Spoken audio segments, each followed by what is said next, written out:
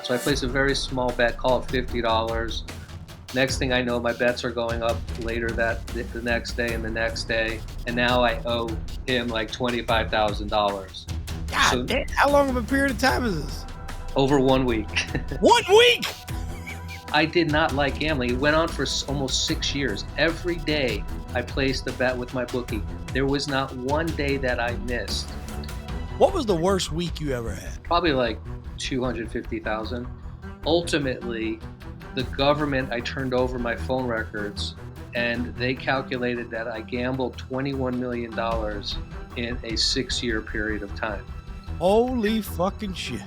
When I heard that number, my heart dropped, and it resulted in me embezzling $7 million net losses.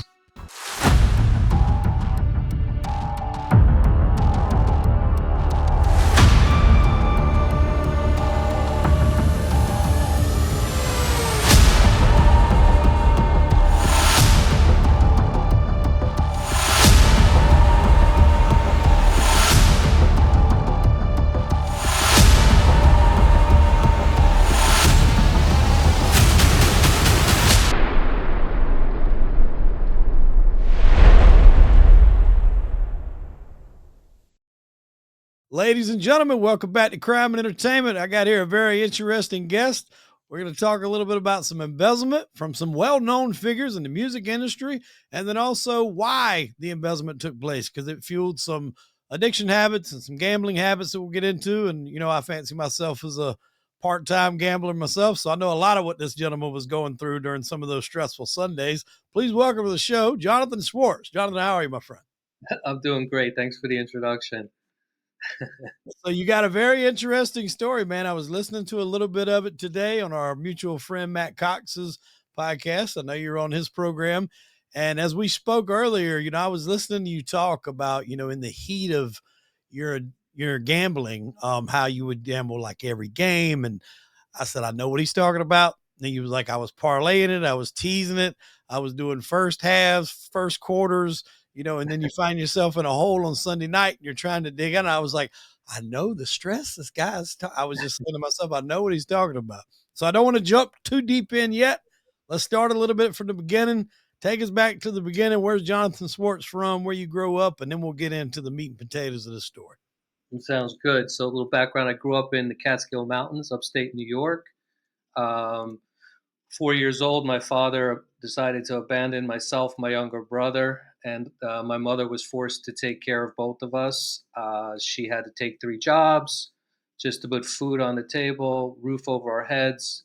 Ultimately, the stress of her being a young mother without any help, she took out a lot of the stress that she experienced on me, which resulted in some physical and emotional trauma that I dealt with for most of my life. We'll get to that point later, but you know, I experienced a lot of childhood trauma. We moved around a lot, house to house. I grew up poor. I don't recall most of my childhood, if many things at all. But I don't use my childhood trauma as an excuse, but it certainly contributed to some of my poor choices, criminal behavior, addictions, and otherwise. After growing up in New York for a little bit, my mother decided to move myself and my brother to San Francisco for when I was in 9th, 10th, and 11th grade. At that time, I still wasn't really connecting with my mother, still felt a lot of fears. And so I called up my father, who I hadn't talked to in so many years and had no relationship with. And I said, I want to move back to New York where I grew up and finish my senior year of high school with all the kids I went to elementary school. And so he said, sure, come on in. I'll get a place right by your school. And so that's what I did. And that's where I met in 12th grade a woman who ultimately became my high school sweetheart. We were married for 23 years. Um, from there, I went on to school at CW Post freshman year, SUNY Albany in New York, sophomore, first semester, junior year. And that during that period, that was sort of like that second semester was that moment where I had this genius idea to become a bookie because, you know, I was around a lot of people in my fraternity who came from Long Island and just very wealthy, affluent communities. And that wasn't me, but I felt like I wanted to socialize with them. And so this idea was born because I would like money so I can go out with my fraternity brothers. And so this genius idea became, let's become a bookie because bookies don't lose; they're guaranteed to win, or so I believed. And after 2 weekends, 2 weeks of gambling, we lost $10,000. I was responsible for five. He, the other five. I didn't have a dollar to my name. So this was like one of those moments where it was the start of a sign to me that you're starting to make poor choices, because I up and left the school, leaving my friend, my fraternity brother, to pay the entire debt. And I moved back to San Francisco with my mother and finished up college at San Francisco State. Damn, so you jump coast. Coast to coast, no in between. That's the addiction, right? There's one extreme or another. Just out of curiosity, and I don't want to hope we don't have to go off too far, but was this at the beginning of the season? No, I don't think so. You say beginning of this season, you mean like the game? Season, like I'm just guessing it was football or something like that. Typically, the bookies take the worst beatings at the beginning of the season until the odds makers figure out the lines, and then towards the end of the season, when things are kind of nitpicky as far as who's going to play, what are they playing for, it's a little bit harder to judge. The bookies really make their meat and potatoes, I guess you will, in a 17 game season from week 4 to week 14, somewhere along in that neighborhood. So that's why I asked, was that at the beginning of the season when you took a $10,000 hit? I stand corrected. Yes, it was the beginning of the NFL season, There college you go. football. Absolutely. But we didn't even think to like even out the vig, right? Like that's why bookies win, because they don't care if this team or that team wins, because they've got an equal amount of bets on both sides. But we didn't even think that far. We just thought we were two brilliant college students, which clearly we were not. And if you have too much on one side, then you lay off to another bookie. That way you're not, holding all the bag on one guy or one team rather. Precisely. So clearly, I wasn't that as smart as I thought I was. Uh, But back so I then, moved, back to San Francisco, you jumped to San Francisco. jumped to San Francisco, went to San Francisco State for my final year and a half. Called up my cousin at this time, who was one of seven other CPAs in my family, and I said, "I'm ready to come work for you." He was in the entertainment world. He was a business manager with a specialization in music, and I looked up to him. He was a lot older than me, so I called him up and I said, "Hey, cuz, I'm ready to come work for you." He said, "No, you're not. You're immature. You're irresponsible. What do you know about business management?" I said, "Okay, well, there goes this ego that I thought I had, very much deflated now." So he said, "I want you to go work for a CPA firm. I want you to learn accounting. I want you to hone your analytical skills. And when I think you're ready, I'll give you a call." So I got a job working in the financial district of San Francisco for a sole practitioner CPA firm. After about 3.5, 4 years, I received that call from him, and he said, "You're ready to come work for me." At this point in my life, I had a wife and I had the first of three sons. And so we just packed the car up and we drove down south, and I had a job working for him, and I was the first one in, the last one to leave, because I didn't want the word nepotism associated with me. I got paid very little money, but I looked at it like, this was such a great opportunity to learn from my cousin, because without that option, I'd have to go to grad school and I'd have to take out a FAFSA loan. So even though I was making a little money, it was a lot better than carrying more debt if I were to apply for a loan. So I really learned a lot from him. In 1999, his firm was acquired by Chase Manhattan Bank, now known as JP Morgan. He asked me if I wanted to get into investment banking, family wealth management. I said, "Cuz, I love you, but I want to stay in the entertainment business management community. With your blessing, may I take a small book of business and join another firm?" So at that time, he gave me his blessing. I took a very small book of business with me. I called up this person I know. His name was Michael Oppenheim, who I knew from childhood as well. He was a partner at his own firm called GSO Business Management. We went out to dinner that night. He offered me a deal I could not refuse. So I went in February of 2000 and I started working with him and his other partners, not yet as a partner, just as a young business manager with a small book of business, hoping to grow it at this new home. And, I got my first lucky break with Lincoln Park in early 2000. They were looking to release Hybrid Theory in November of 2000, and they were interviewing half a dozen plus business managers. So Michael and I took the meeting. And what they really liked about us was I was that young, hungry, business manager, and Michael being the senior, more experienced business manager, and they could have both of us as a combination. And And they were oh, young and hungry as well as artists. I'm sorry. And they were young and hungry as well as artists. Precisely. They were really young and hungry. In fact, we took a chance on representing them like business managers usually do. It's like, take a chance on a new artist if they're referred by a good personal manager, an agent, a lawyer. Those if they're if it's a credible referral source, why not take a chance? Because you never know who the next A-list artist is. Well, Linkin Park became that A Uber list artist. They came right out of the box. I remember the first concert was at, I think, the Roxy, and I don't have an ear for music. I'm a business person. I don't have a creative vision, and here I am in Roxy. Everyone's jumping up and down. I'm actually kind of jumping up and down. It was amazing to hear them, and from that moment forward, they sold the most albums. Back then, they were still called albums.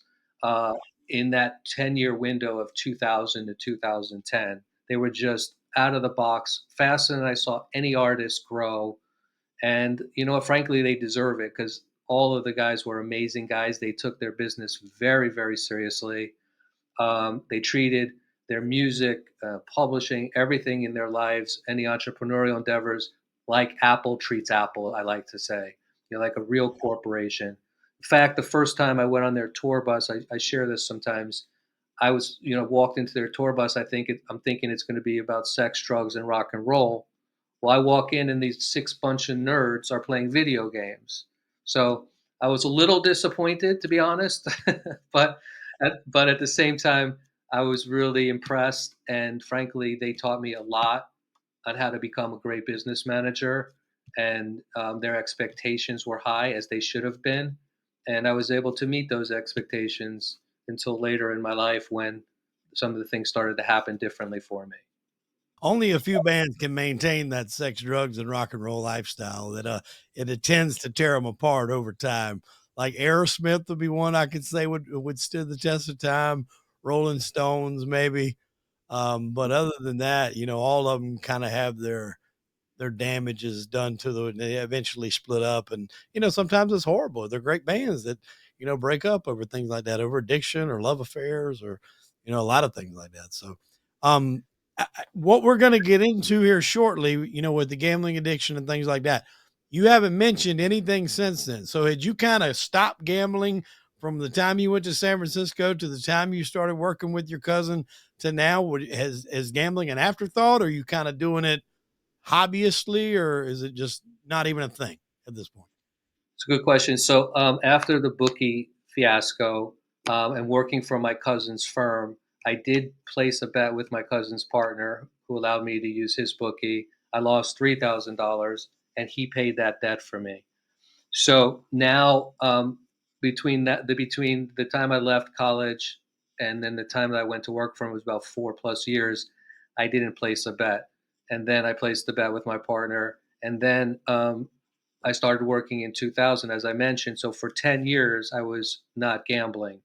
So now all of a sudden, I meet this assistant coach of mine in Agora Hills, California, where my kids were raised, and I was coaching their youth sports. And he approached me and he said, I'm a kind of a professional poker player. I dibble dabble in sports. Do you want to place a bet? I was like, sure. It's been over 10 years. Why not? So I placed a very small bet, call it $50. Next thing I know, my bets are going up later the next day and the next day, and now I owe him like $25,000. God So damn, how long of a period of time is this?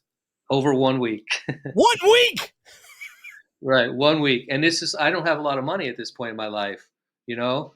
Um, now, I mean, in 2010, yes, I was. I should let me retract that statement. In 2010, I did have a lot of money. I was starting to make seven figures a year, but I didn't want my wife to know I was going to take it out of the account. So I came up with another one of my brilliant ideas, and let me quote unquote borrow the money from one of my clients because I had power of attorney, and I'll just pay her back.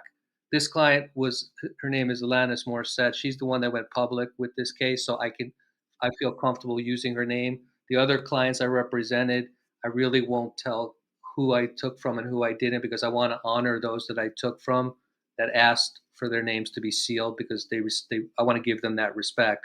But Alanis I could talk to about, because she went public. So I borrowed, in theory, the next Sunday night comes. Now I'm saying to myself, for the very first Sunday, what am I going to tell the bank tomorrow as a reason why I need $25,000 cash delivered to me from my bookie from Alanis? So now's the start of me lying every Monday to the bank about why Alanis, and then the next handful of other clients over the years.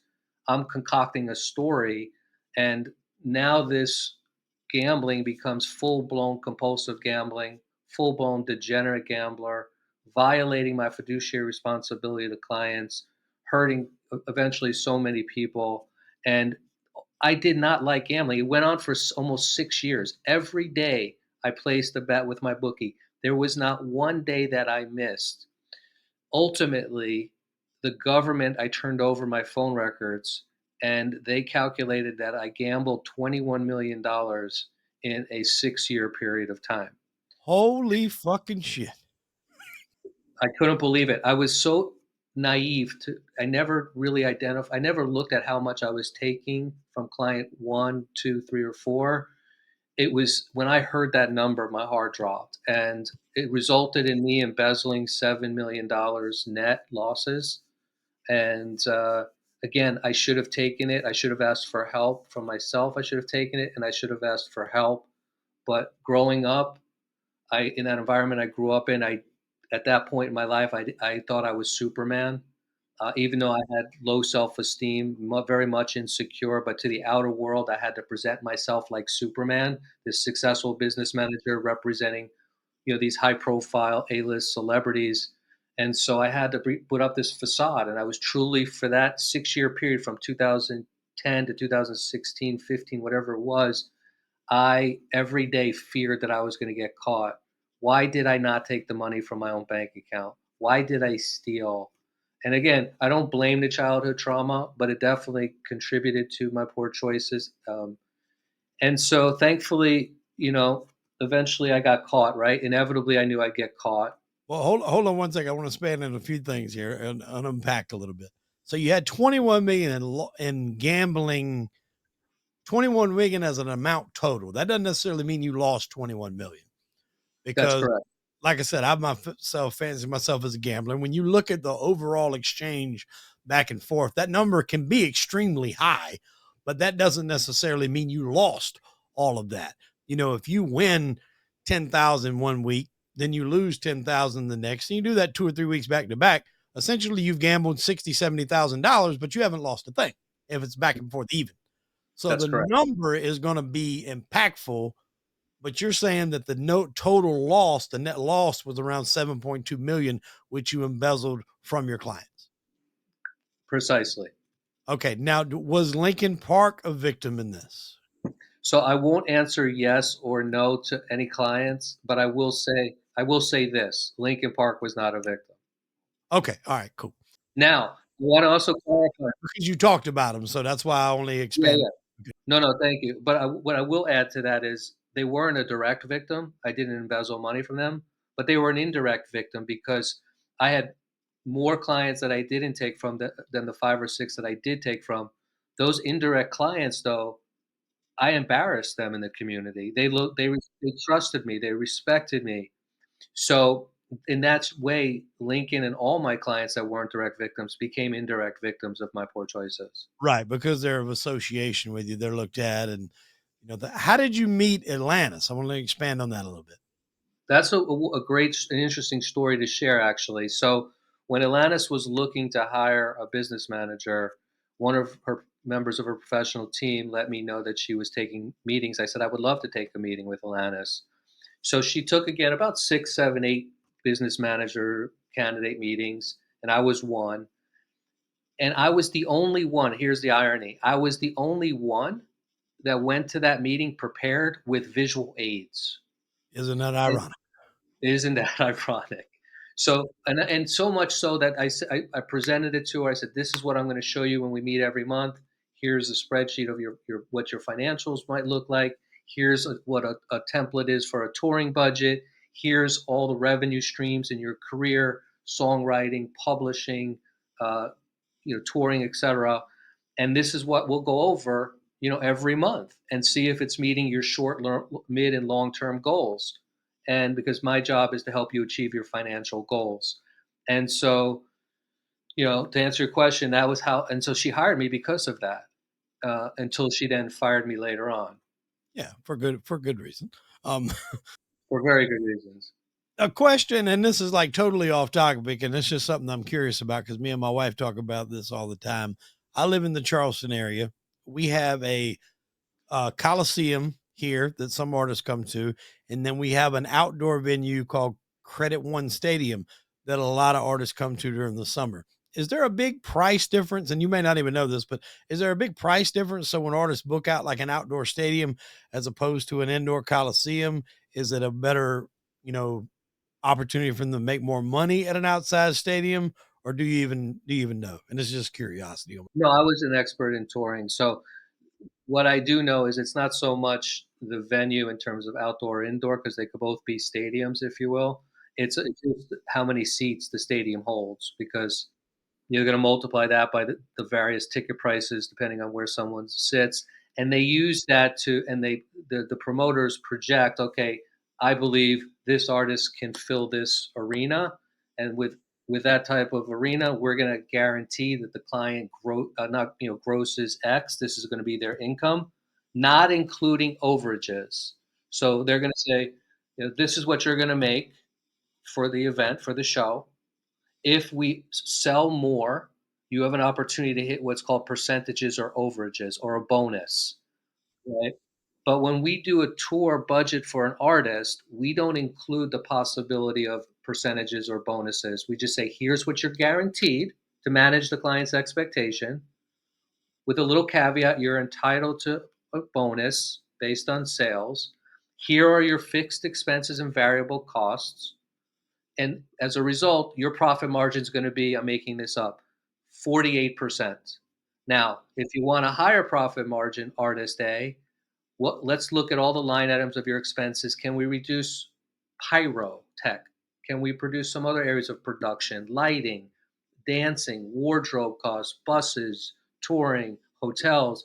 And if we can, your profit margin will go from, call it 48% to 53%. If you're not open to that, that's okay, but this is what you should have before you approve this information, and you get to decide if you want to do the tour or not. Okay. All right. That's curious because my wife hates outdoor concerts in the summer. She like to go to them. I'm like, well, nobody comes to the Coliseums during the summer for some reason. I don't know what it is. Like nobody comes to the indoor, facility that we have. And we have both, and they probably hold similar seating, to be honest. Maybe Credit One holds a little bit more. I don't know. I'd have to look that up. But that's why I asked the question. I know it was kind of off topic, but so you're gambling pretty heavy at this point. I'm assuming that first week you dropped 25 grand. That doesn't stop. You continue, which is why you're making these loans from Atlantis's account. Are you on her account, or you have power of attorney to make these withdrawals? And I don't want to put anything in there that isn't true, but a little bit of what I documented and read, and this could have come up later, but it said that you had made reference to this was an investment into a weed farm that didn't really actually exist. Correct. So I was now in heavy compulsive gambling, as I mentioned, absolute degenerate. And I was not different than most people in addiction, struggling in active addiction. I was very dishonest and manipulative and scared. And so I was actually in Tampa Bay. Beyonce was rehearsing for her Lemonade tour, and I was her business manager at the time, and trying to make sure all the costs are where she wants them to be. And then I get a call from my now former partners. At this point, this was early 2016. Alanis had fired me late 2015. um, Likely, I've been told, since I've come home from prison, I was told that the reason why I was fired was because she was getting a little jealous that I was representing more credible artists today. Because Alanis, as brilliant as she is, and as well known as she is for Jagged Little Pill and other things, Jagged Little Pill was a long time ago. Yeah, that was what, early 90s. I mean, I remember that when I Right. was And not to take away anything from Alanis, because frankly, all my clients, including Alanis, I know people sometimes don't like to hear this, even though it's the truth. Despite what I did, I really cared for my clients. And one will say, well, how could you really care for them? You stole. Because my intention was to pay them back. Now, I You didn't ultimately, steal just to be an asshole. correct. I mean, I was an asshole, but that wasn't my intention. My intention was to pay it back, right? My intention was never even to gamble this much. I was chasing. I did not. Yeah, I really disliked gambling, but I wanted to. I had this most. The mind of a gambler is one of grandiosity, fantasy, and far from reality. And I just thought one weekend I'm just going to win back $7 million, and I'm going to pay the clients back. My wife's not going to find out. My partners are not going to find out. The clients won't find out, and I'm on my merry way to continue as a business manager. But clearly, that never happened, right? And That's one thing, just to hide it from your wife, which is what most men struggle is to hide the gambling addiction from their wife. That's like the biggest issue. You're having to hide it from your clients whom you're taking from, your business partners. That the stress, and then on top of that, the stress of the fucking games, and you're losing, crazy amounts of money. I can't. You probably didn't sleep for a period of a couple of years, did you? You're the only host that's asked me that question because I usually have to volunteer this information. So you get it. Thank you for that. I I did. did not, I did not sleep for 6 years, one single night, without taking a sleeping aid, without smoking a joint, without something that could put me to sleep. I lived in such fear every day, knowing that I was doing something so wrong and how inevitably I would be hurting countless people. Whenever I heard a siren, I had to look over my shoulders. I was in fear that I was going to get caught. Whenever I was on the phone with the bookie after a few years, I'm thinking the FBI is listening to my phone calls. I'm scared to say anything. Like, I lived in absolute fear. I did not sleep at all. In fact, toward the tail end of this almost 6 year run, I wanted to off myself many times. And I just really, really, really was in a dark place toward the end. I wanted to get caught so bad, but I couldn't. I didn't see myself volunteering this information because I still had that grandiosity that if I just chase a little bit more, You'll I'll get it collect. back. I'll get it back. I think that's what every gambler like. I can remember there was a time when I was bad and like I had like a losing week and I lost like 5 grand. And I had a credit card that had like a $6,000 limit. So I sent the 5 grand on that, pay him in full, which kept him happy. And I'm thinking I'll win it back next week. That's always your thought process. You'll win it back next week. It's always what you got a lock. Um, now the one thing I'll say, and not that I'm any better at this than you were, but the one thing I'll say that I did know, at least you can't bet every game. And you got to pick the few. Like if you listen to actual successful sports gamblers, guys like Billy Walters and a couple of the other ones, you have to really be selective. And I even go back as far as guys like he was a bootlegger with the mob, but Rothstein. I forgot his first name. Uh, Sam Ross. I can't remember. But anyways, he was like, you have to be selective. He said, sometimes I'll go weeks, maybe months and not make a bet.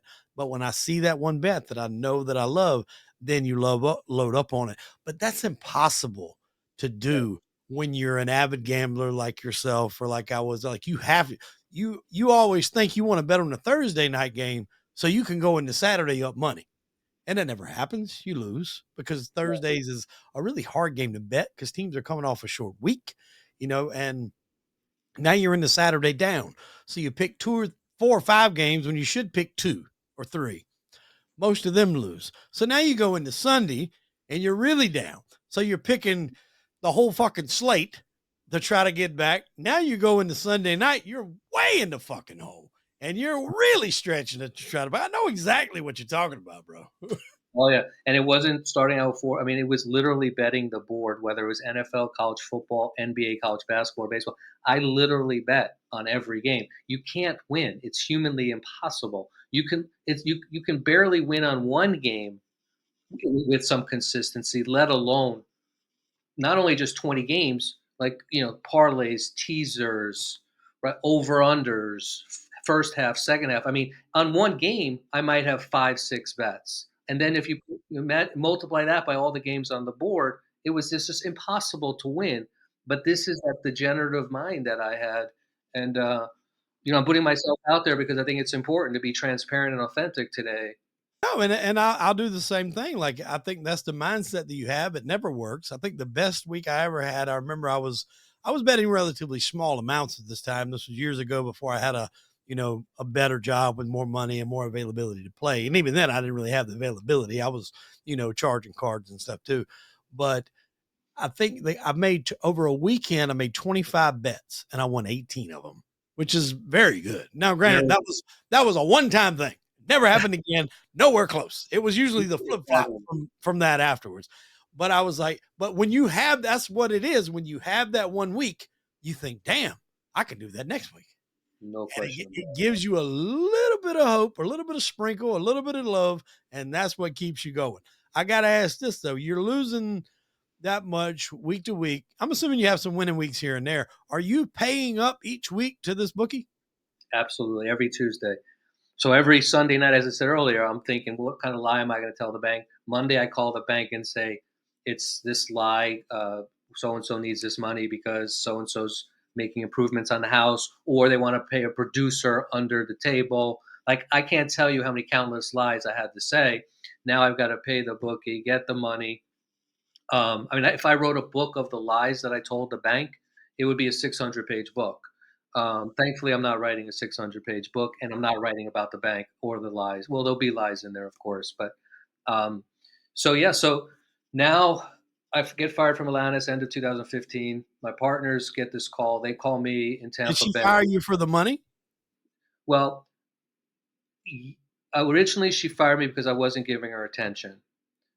Okay, the attention that she deserved, but frankly, there were just other clients that were a bit more. I wouldn't say more important, but I started paying more attention to. Well, yeah, if you And got Alanis in 2016 and Beyonce, you got to pay a little bit more attention to fucking Beyonce. I mean, I mean, sadly, yes, right. And so that's what I did. But then I think sometime after firing me, she realized that I stole the money because that's when her partner called and said, my partner, her business manager called one of my partners and said, where did this 4.6 million that Jonathan embezzled from Alanis go? So that's when they called me and asked me, and that's when I did lie. You were right, and made up some story impulsively in a that, oh, she wanted to invest in a cannabis business. That's not true, but this is what I said. So I told Beyonce, I've got to leave town. I'll be back at some point during rehearsals, a personal matter. Well, clearly I never made it back to Tampa. So now my partners, I go to the office the next day after arriving back in Los Angeles. They're there with their attorneys, and I'm like, what is this about? And they're like, unless you can get us a signature from Alanis and your other clients, you should get an attorney. So I'm like, okay, first of all, I'll get a signature from Alanis, no problem. And really, I'm going to get a signature from Alanis. So, and then here's the third genius idea of this story I've shared so far. I offered voluntarily because I'm such a maniac at this point. Why don't you guys give me a lie detector test? Just give me a lie detector test. I'll beat it. They say, okay, we'll think about it. So now I'm in Santa Barbara, California, and I'm celebrating my 23 years marriage with my wife. And I think it was like a Saturday. I'm doing lines of cocaine in the hotel room. I'm placing bets, and I get a call from my former partner because now I'm really addicted to cocaine and everything else. With this 6 months prior to stopping gambling, like I said, I really wanted to off myself.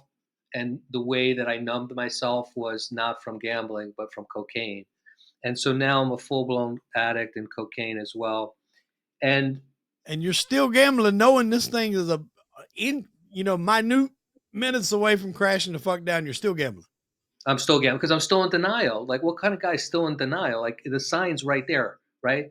And so now I have to. Now I hang up. Now I answer the call from my partner, and he says, when you told us you'll take a lie detector test, we want you to come down to Beverly Hills to meet one of the most famous former FBI polygraphers. And I said, okay, I'll be there. So now I hang up the phone, and now for the first time, I have to tell my wife the truth. So I tell her the truth, and she was definitely, without saying, in shock. because I literally did not tell a single soul. And that was strategic, by the way, because I knew inevitably I'd get caught. I didn't want my wife to be a conspirator. I didn't want my friends or other people to be conspirators because I know how the government treats co-conspirators. And so inevitably, I knew I was going to get caught. I wanted to take the responsibility because I'm the one that should take the responsibility. And so now I tell her, she seems in shock, but I Google that night how to beat a lie detector test. This is where the ego still exists inside me, and the deniability still exists inside me, and the fears that still existed. So now I'm up all night snorting cocaine, losing the bets I placed that evening, and I'm wake up in the morning, and I guess this will be the fourth genius idea I shared with you. I decide to drive an hour and a half from Santa Barbara to Beverly Hills with a car full of cocaine, and this day was May 8th, 2016. I snorted the whole car of cocaine up. There was not a single piece of powder in my car. I placed my last bet with my bookie. I walk into the polygrapher's office, and I kid you not, I'm so high. There's no shot of me passing this test, but I still believe that I'm going to beat this test. So I walk in there. I sit down in his chair after introducing myself. I put my feet up on his desk. And this is I can't make this stuff up. Hearing myself talk about it makes me sick. And by the way, your listeners must think I'm a real degenerate, and I was. And so now I'm talking to this guy. It's like almost 2 hours. I'm thinking this guy likes me. Like I'm building this really cool rapport with him. I forgot to read the part in the Google of how to beat a lie detector test that they try to pretend they like you and build a rapport before they hook you up to the test. That part I just seem to omit. So now I'm taking the test. I I knew once they asked me the series of questions. The first one when he asked me was, "Did you steal from Alanis?" And I said no. I could feel my body shaking. So clearly, there's no way I was going to pass this test. But I still thought that I did. So I leave the test. I call my wife. I say, "I'm on my way back. I look forward to celebrating tonight with you." I get back to the hotel. I try to log on to my office email, and I no longer have access to my office. So I call my assistant up and I say, "Do you have access still?" She goes, "Yeah." I said, "Well, I don't." That was the moment that I knew I was caught. So I then called my attorney, whose name was Nathan Hochman. He's the Los Angeles District Attorney now. And I said, "How did I do?" He said, "Jonathan, you failed that test more than anybody in this FBI polygrapher's career. I kid you not." And so I said, "Okay, shit. Now I'm scared. Nathan, what does this mean?" "Well, this means you better be in my office tomorrow morning, and we got to figure out a strategy because you're facing 23 years in federal prison." That was what the sentencing guideline suggested. So thankfully, Nathan was able to speak with the prosecutor and her office, and we were able to work out a plea agreement for I wasn't, he was able to work out a plea agreement for 4 to 6 years. I was even scared with 4 to 6 years. I'm thinking, why do I have to do that much time? I'll do a year, maybe a year and a half, and I'll go to alternative sentencing in a treatment center. Well, that was May 3rd, 2017, bringing you now to that point. So May 9th, 2016, the day after I met with the polygrapher, is my sober date. So this May 9th, in the next, whatever it is, 10 days, I, I, I will be abstinent from all gambling and drugs.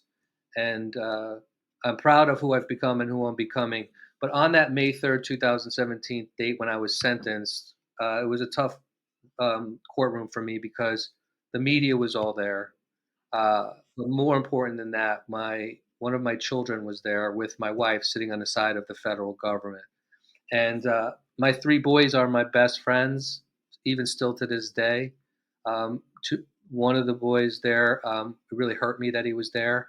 Uh, he's one of two of my three oldest sons that still doesn't have a relationship with me.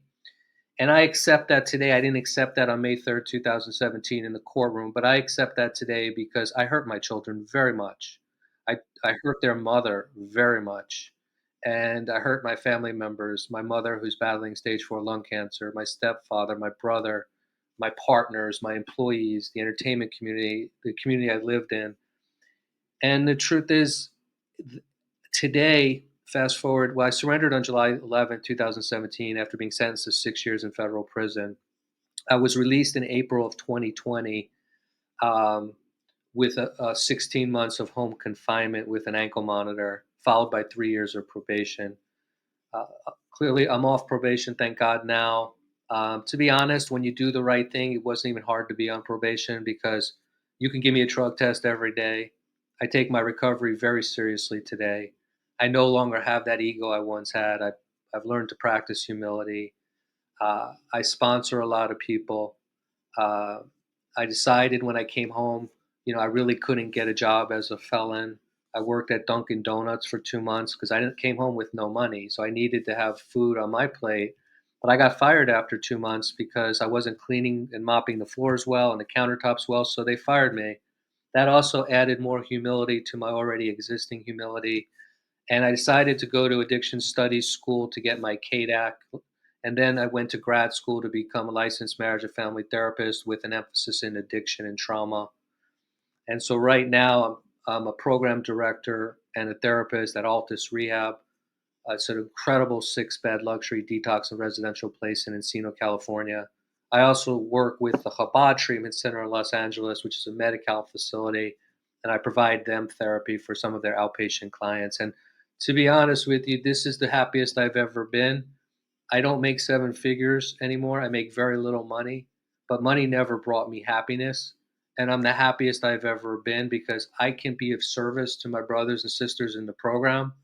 And my favorite day of the week happens to be tonight, Tuesday night, because that's when I go to my home group, my Gamblers Anonymous meeting, and I get to be surrounded by the people that don't judge me and know I certainly don't judge them. Right. I got a question for you, and this is something. I mean, I got a pretty decent idea how your answers, but you just talked, and you could tell that there was some emotions involved. Like you let all these people down, and you let your son down, and your mom who was battling cancer. You said at the time, but isn't it crazy how none of those things even enter your mind when you're looking at the dais of the games on Saturday and Sunday, well, in your case, Monday through Friday or Monday through Sunday. But I'm particularly a football guy. I don't really bet on basketball and other things and baseball unless it's like the finals of the World Series. I might take a stab. But I'm a particular football guy. So in my case, it was Thursday, Friday, Saturday, Sunday. Or yeah, Thursday, Friday, Saturday, Sunday, and then Monday. But isn't it crazy how none of those things ever seem to creep into our minds about the possibilities of who could be hurt by these decisions? We don't even think about it.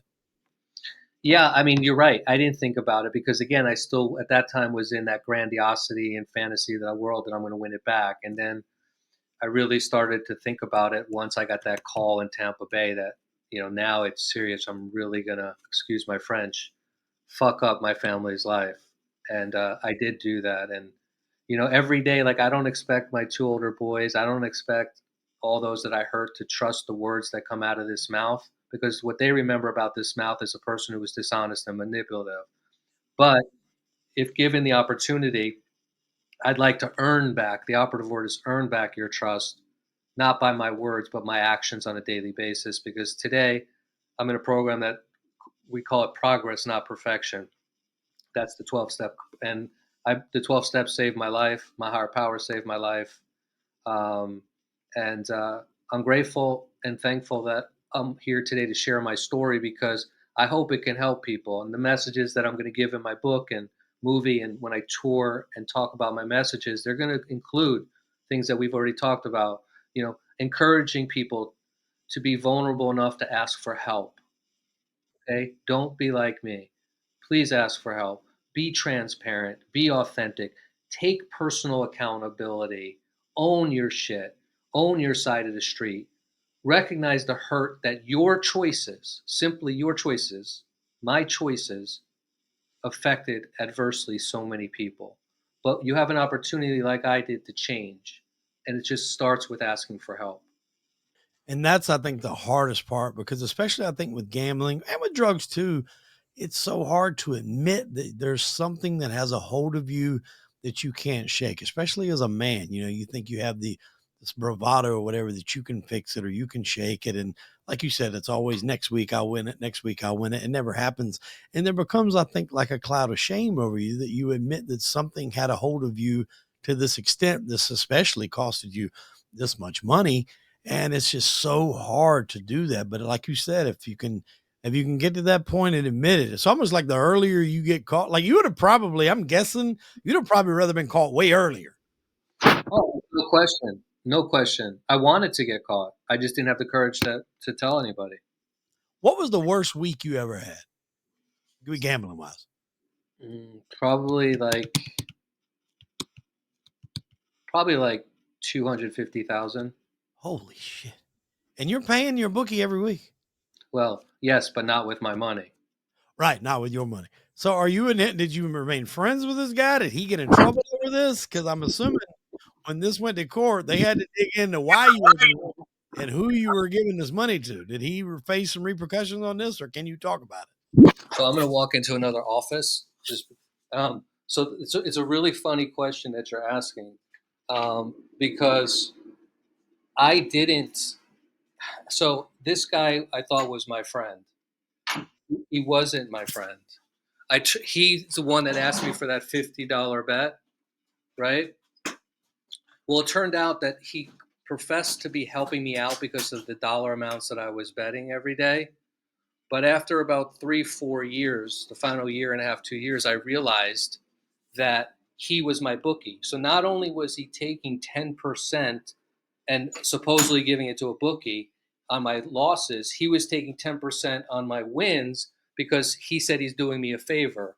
So this guy is, I allowed him to manipulate me and take advantage of me. And I wish he would have had the consequences. He's the one that had, so because the government said, had I had the $7 million that I embezzled and I returned it to the victims then, not after, which they all received that afterward, but had I had it, then what would have happened was my sentence would have been shorter, right? He had it.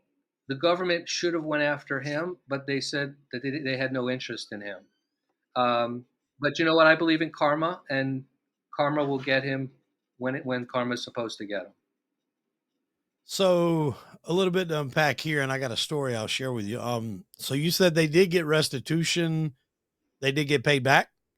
Yeah, all the clients got paid back in full, and despite that, I still pay restitution in the amount of $8.6 million. So how did they get paid back if you're still paying back restitution, if you don't mind me asking? So myself and my partners paid back the clients, but because I was the one that embezzled the money, I'm responsible to pay the restitution. Okay, so the firm paid them back. You have to pay back the firm essentially. The firm and Lloyd's of London. Lloyd's of London. Okay, I got you. So there was a situation, as I told you, I'm in South Carolina. There was a situation where a guy became a bookie, and all things considered, you might have would have been better if you'd have just stayed a bookie. I think it would have worked out eventually. But this guy, his name was Brett Parker, and it's been documented on some high profile news stations. He became a bookie, but then what happened was he started gambling on his own. So he was using his bookie, his main backer. He would set up these accounts, but they were him. And so he's the one betting, but he's telling him, hey, I got this guy, but he's the one betting. And for a while, he was an actual bookie. And then he started doing the bets himself. He wound up losing a lot of money. He was at partners with another guy. He winds up calling that other guy over to his house, and he stages like a robbery, like that guy come over to rob him. So he kills his friend, kills his wife to try to stage this whole thing like a robbery. They wind up very quickly figuring he left a lot of stuff that was just really easy for detectives and forensics to nail down. He did it. And long story short, they eventually figure out the reason why he did this is he's having to pay his bookie this money. And he's even on the stand. He was like, look, I didn't know it was him. He's like, had he told me this was him, he's like, I like the guy. I would have told him, hey man, stop, but don't worry about it. Wipe it clean, but don't do this shit. Do what you're doing. Be a bookie. Don't be a fucking gambler. And that guy wound up having to do 6 months because they reached back to him and it was over. They were in the same state, but it was something about how they were doing it online. It was interstate gambling or something like that. So that guy wound up having to do 6 months over something he had nothing to do with. He didn't know that guy was going to do all that. And that's why he said that. He's like, if I'd have known it was like a couple of 100,000, he's like, I'd have just told him, forget about it, wipe it off. He's like, you definitely didn't have to do this. He's like, I had no idea he was going to do that. But that's why I asked, did they go after the guy? Because I was just curious. But I'm like, wow, that's surprising they didn't go. He took $7.2 million of celebrities' money. Yep. Unfortunately, they didn't. But you know what? At this point, it's not healthy for me to carry any resentment. So, just one of the many things I choose to accept. So, and I'm not asking who you took from. That's not what this question is. Who are some of the people that you did represent throughout your time in the legitimate industry world? Because we talked about Linkin Park, we talked about Alanis Morissette. You mentioned Beyonce. You work with some who's who in the entertainment industry throughout your career. Yeah, and as I tell people, like I never got enamored by celebrities, never have been, never will be. They're just like you and I. They brush their teeth the same way we brush our teeth, maybe a different toothbrush, who knows, right? But they're the same. And I think that's what helped me have the success, quote unquote, that I had with the clients, because I treated them like I would treat anybody else. And to answer your question, yes, it was Alanis Morissette, Linkin Park, Mariah Carey, Beyonce, Gwyneth Paltrow, Matthew McConaughey, Chance the Rapper, Halsey, and a lot of football players, a baseball player, an NBA player. But they were great clients. None of my victims deserved what they received from me. Do you find it odd looking back over this that nobody ever picked up what you were doing? I'm talking about the ones that you took from. I'm not asking for names, but obviously we'll use Atlantis for instance. Do you find it odd that nobody ever found out while you were doing it, or were you just that good at hiding it? Well, I was not that good at hiding it. I was just that lucky. And unfortunately, I wish I wasn't lucky because I wish I would have gotten caught early. My sentence would have been less, the damages would have been less, and I would have probably been forced to go into treatment, which would have been better for me. Here's the irony again with Alanis.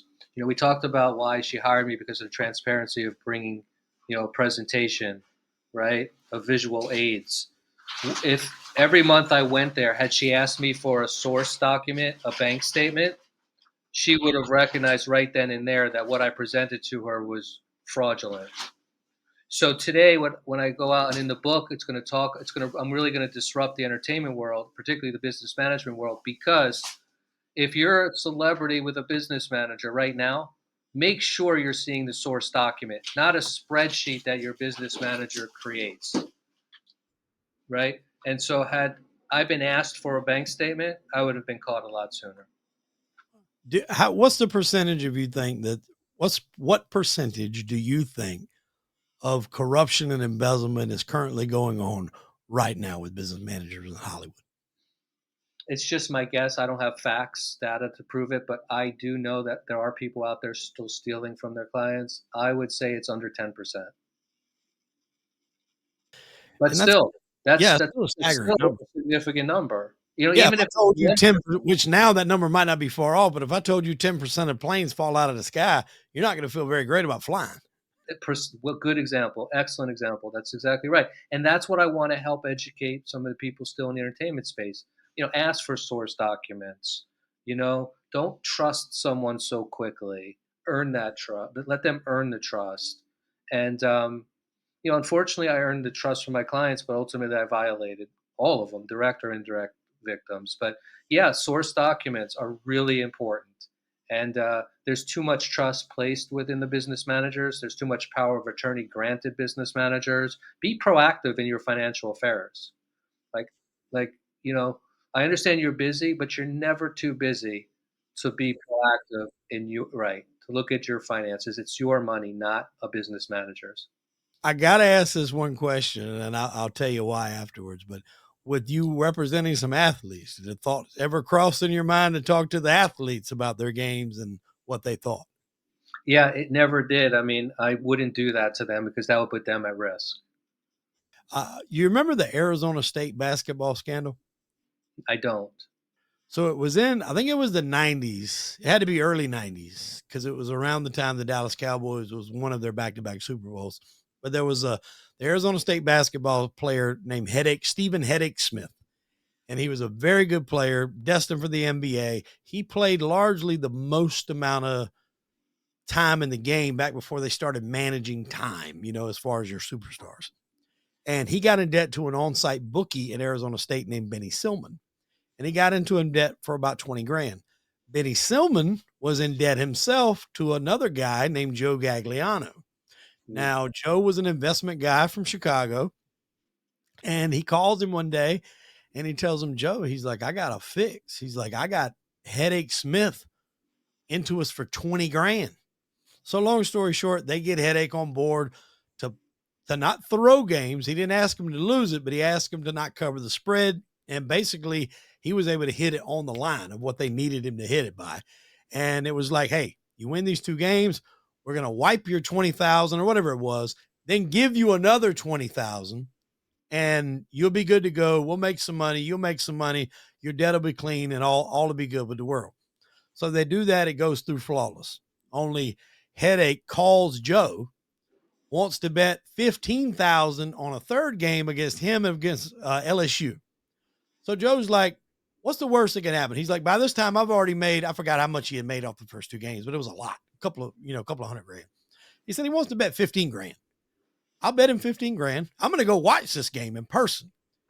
If he wins, great. He wins some money. If he loses, I got him for a third game in the bag. I'm going to fix another game. Of course, he loses. And it's a really dramatic way of how he lost it. By the 4th game, other people started finding out. The Secret Service came into the halftime locker room at the Arizona State and was like, hey, we know something's up. Something's going on. If you guys don't play like you're supposed to, there's going to be a full-blown investigation. People are going to go to jail. They go out, beat the shit out of whoever it was they were playing. Everybody lost. I still think they profited a little bit, but later on, all of them wound up going to jail and doing a little bit of time. But he had basically at the time, the top college basketball star in the country in his hip pocket for a period of time.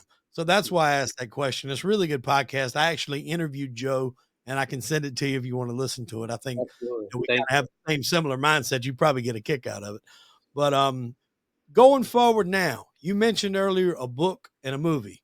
When can we expect either one of those? I know movies that take a while to come to fruition, books not so much, but when can we expect books and movies to come out about this? Because it's a very fascinating story. Thank you. I think you can expect the book in first quarter 2026 and a movie first quarter 2027. Are these locked in? They're in the works. They're not officially locked in where they're ready to go right now. Okay. And your socials, man, tell everybody where they can go follow you, because like I always tell people, nobody can especially when it comes to addiction, whether it be gambling, drugs, nobody can go and speak to a group of people and coincide with what they feel if you haven't been through it. You can take all the classes in the world from a college and you talk to the best professors, but if you've never had a gambling problem, if you've never had a cocaine problem, people are going to be able to see that. They're going to be able to know that.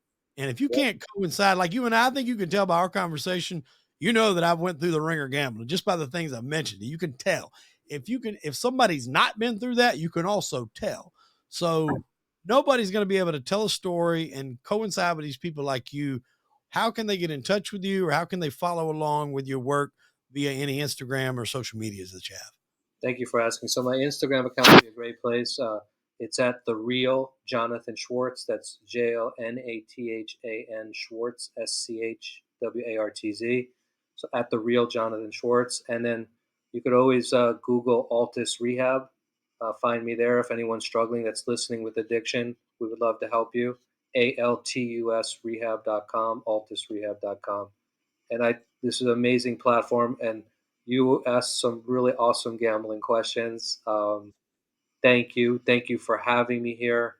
I hope I can influence just one person that listens. And thank you. And I want to close out with this one question, because I don't know if I firmly believe it, but I heard somebody talk about it one day, and they were talking about a gambler is not satisfied with winning. They're addicted to the feeling of losing. And I found that very hard to believe. But when I listened to the feeling of what they said, it is like they said, when you win, it's just like, okay, I won. And then you're on to the next one. But when you lose, it's that something that triggers, I think, sometimes anxiety and everything that you probably felt that, all right, what am I going to do next? That is what we're addicted to. As hard as that is to comprehend, do you believe that? And that's how we'll close out this interview. So that is from our what we call our big book or our combo book. So the combo book for Gamblers Anonymous is similar to the big book of Alcoholics Anonymous. So they do say that in the combo book. I absolutely do not believe it. I I when I won, I didn't get excited because I knew I was just gonna gamble it again, and I certainly hated to lose. So there was no dopamine rush from winning, and there was nothing but aggravation and stress and panic mode. How am I going to pay them back with the losses? Yeah, I'm under the same umbrella because when they said that, I'm like, I get maybe the science and the logic, but I've never stepped away from losing. And especially my shit would always hinge because I was a big parlay guy or a teaser guy. And it would always somehow come down to the Monday or the Sunday night game, whether, a shitload of these teasers were going to hit. And normally they didn't. It was the one that you thought would be the lock, but normally they wouldn't. And I never walked away after a loss thinking, well, that felt good.